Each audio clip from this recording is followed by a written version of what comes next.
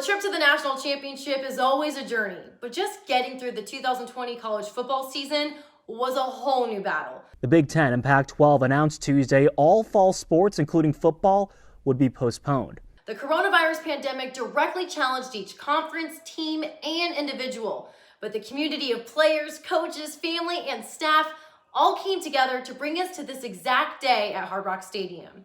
It was just months ago where players led the We Want to Play movement. Parents were protesting for their kids' opportunity to even play this season. And Ohio State quarterback Justin Fields shared a petition that gained over 300,000 signatures. It's really just for the love of the game, my love for Ohio State, my love for my coaches, my teammates. Together, their voices were heard, and their football season was reinstated. We are following breaking news. Big Ten football set to return in late October and play an 8-game schedule in 8 weeks. Yet that was only just the beginning of this whirlwind of a season. 3 out of 8 of Ohio State's regular season games were canceled due to the coronavirus. And although they were undefeated, the Big Ten once again had to bend the rules to declare the Buckeyes eligible to even play in the conference championship.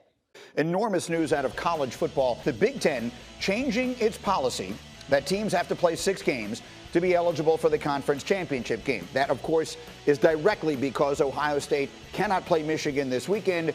So Ohio State now is eligible to play and will play in the Big Ten championship game. Following a subpar performance against Northwestern, many began to doubt their qualification in the college football playoffs.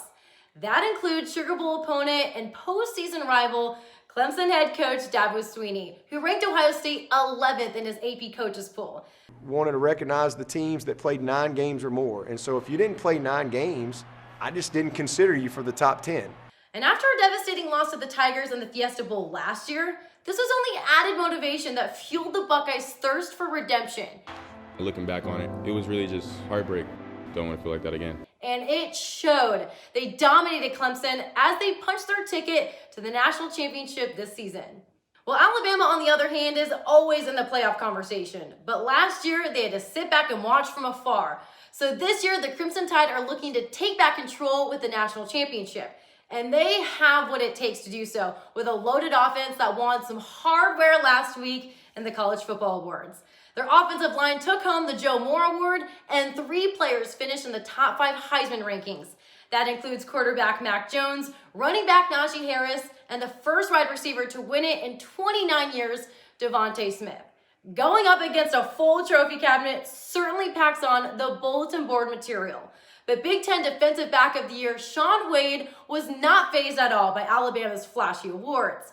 In fact, he's eager to challenge the Heisman Trophy winner on the biggest stage in college football. Out of all those players at Alabama, who do you want? Who do you want a chance to go up against? You already know who I want to go up against. Devontae, he's a great player, very, very shifty, quick and fast. You see it on his highlights. So he could do everything in the book as a receiver, and just really, really looking for that matchup. At the end of the day, just want to win that game. Well, when rumors of positive tests around Ohio State began to circulate, Outland Trophy winner Alex Leatherwood tested the Buckeyes' willingness to even compete in the game.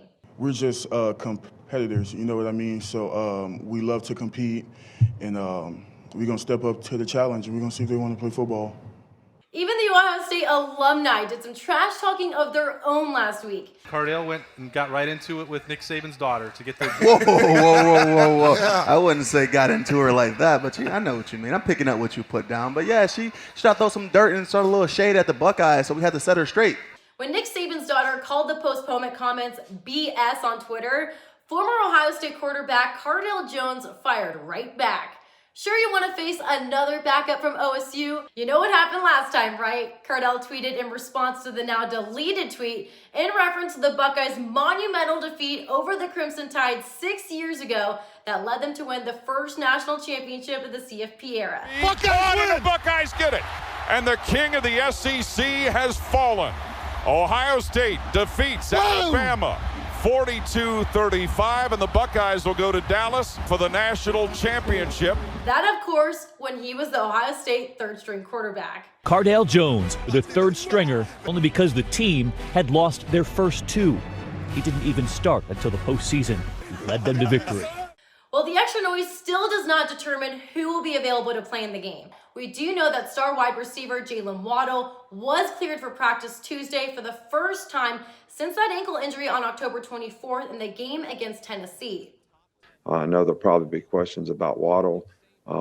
He has been able to practice, some. His status for the game is still relatively, up in the air, and it'll probably be, game day decision. Waddle's impact would be significant on their already talented packed offense.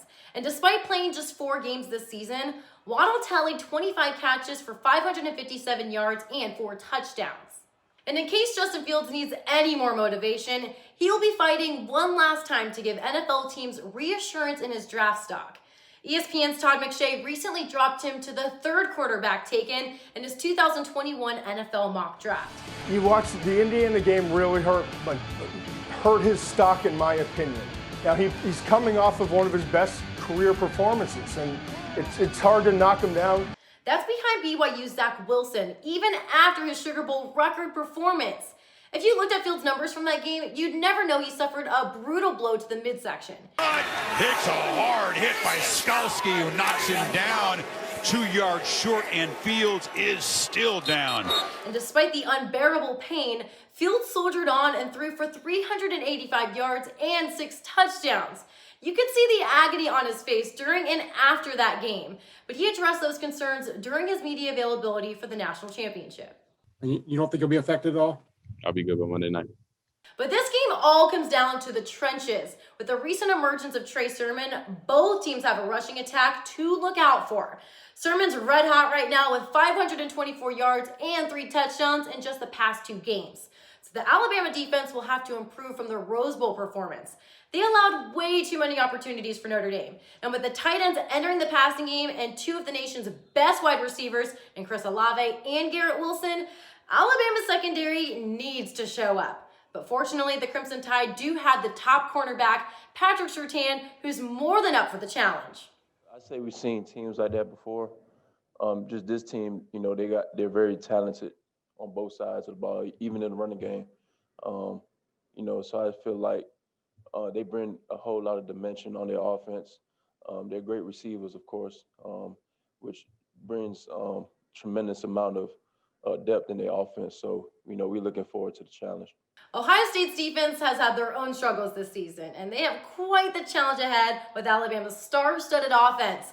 With the weapons they have at receiver and the hurdling highlights of Najee Harris, the Buckeyes will have to stop the run and really pressure Mac Jones, and he will be well protected. Alabama's offensive line has allowed just 17 sacks this season. The Buckeyes have allowed 5.6 yards per play. But on the upside, Ohio State may have hit their stride after they remarkably held Clemson's offense. As long as me and Cooper are okay and we keep the spirits high in the defense and in our unit, that's all that matters, really. We know if we're okay, the rest of the guys are okay, and they feed off of us.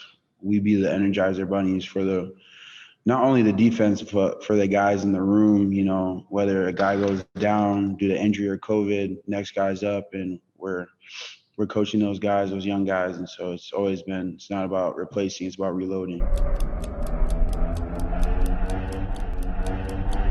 The stage is now set to cap off college football's wildest year yet, as the Ohio State Buckeyes and Alabama Crimson Tide face off in the 2021 National Championship at Hard Rock Stadium. We'll see ya at 8 o'clock.